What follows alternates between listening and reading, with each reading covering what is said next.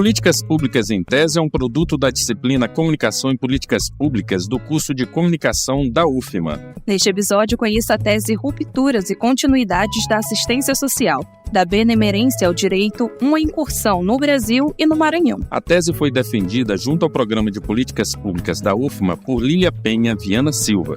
Ela é nossa entrevistada deste programa. Eu sou Franklin Douglas. Eu sou Rafaela Rodrigues e este é o Políticas Públicas em Tese.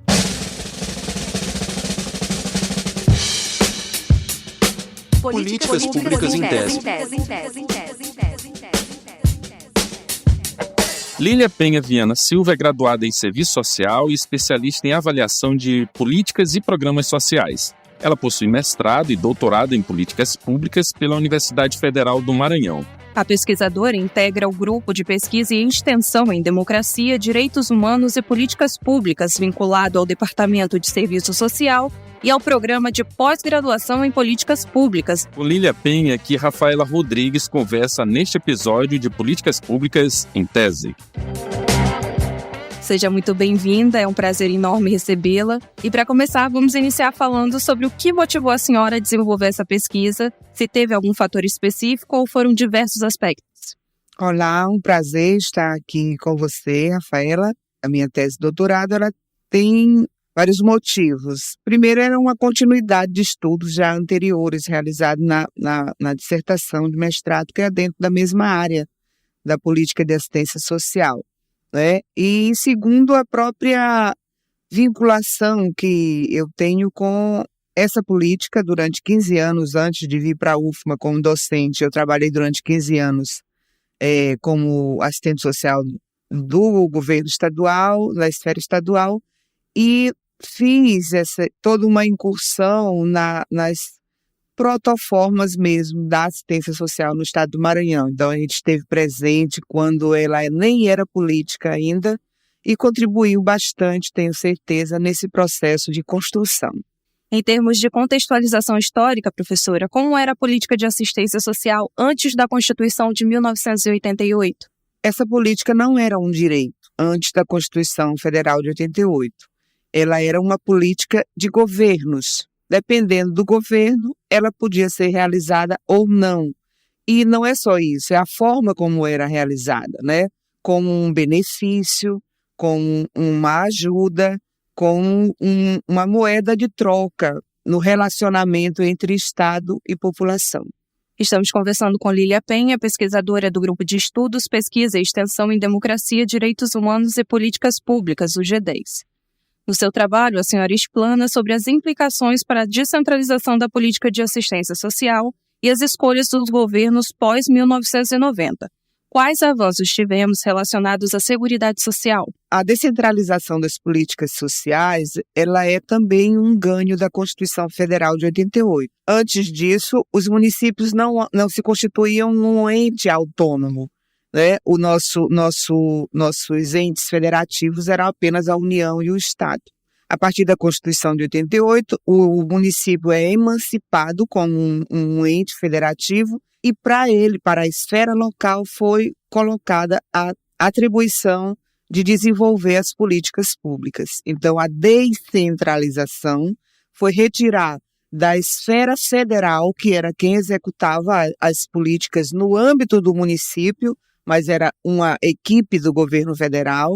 Então, descentralizar isso da esfera federal para a esfera local, para o lugar onde as pessoas moram, para o lugar onde há a necessidade do serviço ser realizado. Então, essa descentralização era um anseio muito grande dos movimentos vinculados ao processo de redemocratização no Brasil, justamente no sentido de uma maior participação da sociedade civil no processo de implementação da política pública. Então, esse é um legado importante da Constituição Federal. Agora, as opções dos governos pós-90, elas inviabilizaram um pouco o processo de realização da descentralização, que foi feita de forma muito aligeirada, de cima para baixo, numa forma do governo federal se desfazer das suas atribuições, do seu trabalho lá nos municípios, E o Fernando Henrique Cardoso, que era o presidente da época, ele dizia descaradamente: o governo não pode fazer porque a Constituição não deixa, né? Então, há esse paradoxo, esse impasse, algo que deveria ter sido feito muito bem, num acordo entre as partes, entre as três partes, foi feito de uma para a outra, sem que o município tivesse tomado conhecimento disso, não sabia o que era descentralizar. Havia recebido uma incumbência muito grande de dar conta das políticas públicas, quando ele não recebeu as condições de fazer. Esse é um entrave que permanece até hoje no processo das políticas públicas e nessa relação entre as três esferas. A falta de colaboração, as relações que foram estabelecidas não foram relações de colaboração, mas relações de competição, ou então de desresponsabilização, como foi o caso da esfera federal. É nesse contexto que a gente poderia dizer, professora, que houve mais de desconcentração do que descentralização na política? Sim, houve o que os estudiosos chamam justamente disso de desconcentrou-se, mas não se descentralizou realmente, porque não se descentralizou os recursos e as condições, as equipes, né? As esferas estadual e federal tinham muita gente, os funcionários públicos deveriam ter sido descentralizados também, cedidos para a esfera municipal, que é quem agora passou a ter a incumbência de realizar a tarefa da implementação da política. Um dos avanços que a senhora destaca na sua tese foi a criação da implantação do Sistema Único de Assistência Social, o SUAS. Quais os principais desafios enfrentados, na sua opinião? É justamente o desafio de implementar ou de institucionalizar uma nova política social, né? A política de assistência social só se tornou política pública a partir da Constituição de 88. Antes disso, ela era uma política de governo, como nós já falamos antes. Então, de lá para cá, há todo um percurso bastante difícil de rupturas e de continuidades, é isso que eu vou colocando na minha tese, entre esse conservadorismo, essas relações patrimoniais, essas relações de clientela que estavam na base da assistência social quando ela não era uma política. A partir do momento que ela se transforma em uma política, ela vai convivendo com essa luta interna em vencer esses paradigmas anteriores e se colocar como uma política realmente de direito, como todas as outras que já são institucionalizadas e padronizadas. Políticas públicas em tese. Entre os mecanismos de atuação do assistente social no SUAS, temos o CREAS e o CRAS. Analise para nós a atuação de cada um deles, os limites e as potencialidades. Pois bem, a política de assistência social hoje, ela se organiza através de um sistema único de assistência social, que é o SUAS. O pessoal que montou o SUAS, ela se inspirou bastante no SUS, nosso Sistema Único de Saúde. Então, é um sistema que organiza e que padroniza os serviços socioassistenciais em todo o Brasil.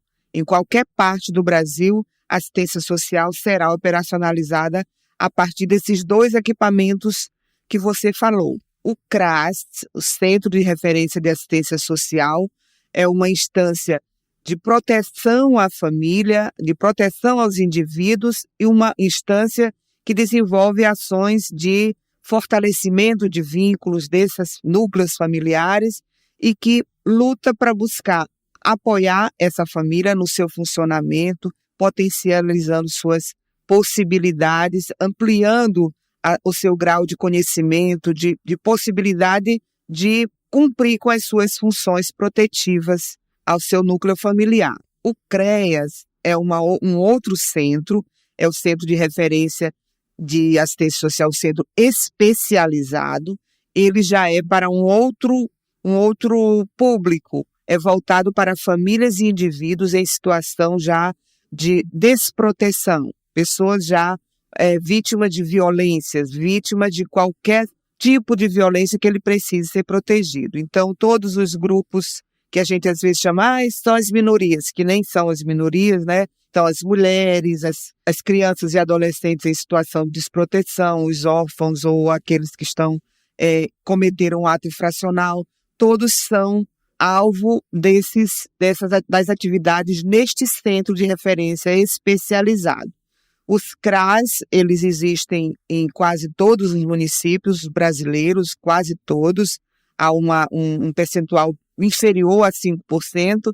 Agora, os CREAs, eles têm uma dificuldade ainda de se implantar, porque, como o próprio nome já diz, é para serviço especializado, com uma equipe bem maior, com uma equipe multiprofissional, né? E com serviços de maior volume de gastos. Professora, e no Maranhão, quais são os desafios para as consolidações do SUAS? Quais tendências de rupturas e continuidades a senhora visualiza na política de assistência social no Estado? No momento que nós finalizamos a tese, que já faz alguns anos, nós tínhamos um contexto que colocava uma série de desafios, né? Que é a nível de Brasil e de Maranhão. Um deles, o principal que eu compreendo, é a concepção de assistência como direito, que ainda não foi internalizada, tanto pelos órgãos estaduais, federais, municipais, responsáveis pela implementação da política, quanto pelas equipes e pelo próprio usuário da política, né? Essa noção de direito, de política de assistência como direito, ela ainda não foi incorporada. Isso cria um problema imenso que vai determinando outras questões, né? Se não é um direito, então nós podemos fazer de qualquer jeito. Pode ser com pouco recurso, pode ser qualquer coisa, porque a gente tem aquela ideia ainda preconceituosa de que para o pobre qualquer coisa tá bom. Ele já nem tinha nada disso, né? Ainda vai exigir direito, vai exigir que seja de qualidade. Então, essa questão da concepção não ter sido incorporada, justamente porque dentro daquele processo de descentralização não houve tempo para isso, isso vai nos levar a muitos outros equívocos e muitas outras dificuldades, como o financiamento. Se é para pobre, então pode ser também volume de recurso pequeno, porque pobre a gente pode fazer um serviço ruim, porque ele já está ganhando, né? A gente tem ainda essa noção de que as pessoas pobres estão ganhando algo, elas estão sendo ajudadas e não que elas têm o direito de acessar uma política pública como uma outra política qualquer, que isso é um direito e elas não estão ali pedindo uma ajuda. Sua pesquisa destaca os papéis do usuário, do financiamento, do controle social e da gestão descentralizada e participativa. Que concepção de assistência social demarca a relação entre esses componentes da política de assistência social? Ela demarca justamente um processo democrático de implementação de política pública, né? Que é o que a Constituição de 88 também nos legou, né? A partir da Constituição de 88, o processo de desenvolvimento da política pública, ela não é mais centralizada em alguns iluminados que fazem a política e que desenvolvem a partir do que ele considera importante e necessário, mas é dentro de um processo participativo, dentro de um processo em que há um controle social da sociedade sobre a política, da sociedade sobre o Estado. Isso se faz a partir dos conselhos municipais e estaduais de políticas públicas. Isso é a novidade da Constituição Federal. Isso é fácil, professora? Não, isso não é fácil. Isso é difícil, como todo processo de participação neste país é difícil porque ele é recente, né? Passamos 21 anos de falta de participação, de ausência de participação. Há gerações que não aprenderam a participar. Nós ainda estamos aprendendo a participar, mas esse processo, ele é necessário e ele é importante. Tivemos há poucos dias, estive presente na Conferência Municipal de Assistência Social de São Luís. É o período de conferências agora, justamente para definir isso. A sociedade participando, definindo diretrizes para que o BPA o plano plurianual dos municípios e do Estado introduza dentro desse plano as necessidades e as ações a serem cumpridas no próximo período de BPA, né? Então, esse processo é novo, é importante, é necessário e é difícil de se constituir, porque é feito com a conjunção desses sujeitos todos no âmbito do processo da política. Políticas públicas em tese. Na LBA nos anos de 1930, início do século XX, ao SUAS nos anos de 1990, fim do século XX, o que podemos esperar da política de assistência social em termos de institucionalização, neste início do século XXI, no Brasil e no Maranhão? Ainda há muito o que fazer? Há muito o que fazer. Ainda há muito o que fazer, principalmente depois de um governo, um desgoverno que nós tivemos, que implantou um verdadeiro desmonte das políticas públicas.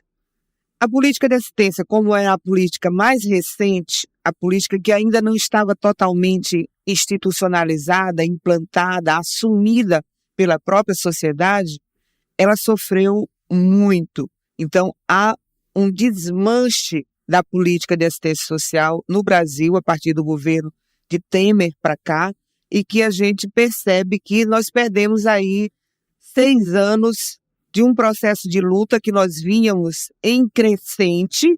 Nós estávamos já num processo de chegar a pensar mecanismos, por exemplo, da vigilância socioassistencial, que é uma das instâncias da política de assistência social, e agora a gente retroagiu para a estaca zero novamente, começando a atacar a fome, né? Nós voltamos ao estado de fome, ao estado de insegurança alimentar que nós já havíamos superado, né? Embora a fome não seja um motivo e uma atividade da assistência social, é da segurança alimentar, mas ela traz impactos imensos sobre o processo de desmonte da política de assistência social, porque muito mais gente precisou da assistência social a partir desses governos potencializados pela pandemia de Covid-19, mas o que houve foi uma necessidade ou um desejo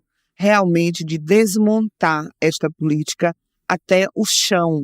Em muitos municípios brasileiros, vários daqueles CRAs e CREAs foram desmontados, foram desativados por total desfinanciamento da política pelo governo federal. Foi por esse lado o ataque principal. Então, há muito ainda o que fazer. Nós estamos num processo de reconstrução do Sistema Único de Assistência Social em todo o Brasil. No estado do Maranhão também e em São Luís também. Conversamos com a Lília Penha, autora da tese Rupturas e Continuidades da Assistência Social da Benemerência ao Direito, uma incursão no Brasil e no Maranhão, deferida junto ao Programa de Políticas Públicas da UFMA. Professora, muito obrigada pela entrevista e suas considerações finais, por favor. Nossas considerações são no sentido de que é muito importante que a gente dê publicidade a esses estudos, aos estudos elaborados por nós, pesquisadores e professores da nossa Universidade Federal do Maranhão, e que esses estudos possam chegar à população, que se tenha essa divulgação e que se saiba que a política de assistência social hoje é operacionalizada através do Sistema Único de Assistência Social, SUAS, que os CRAs e os CREAs são os equipamentos sociais da assistência social, onde cada pessoa que precise de assistência pública possa ir buscar como um direito que lhe compete, não como ajuda, não como um mérito. Muito obrigada.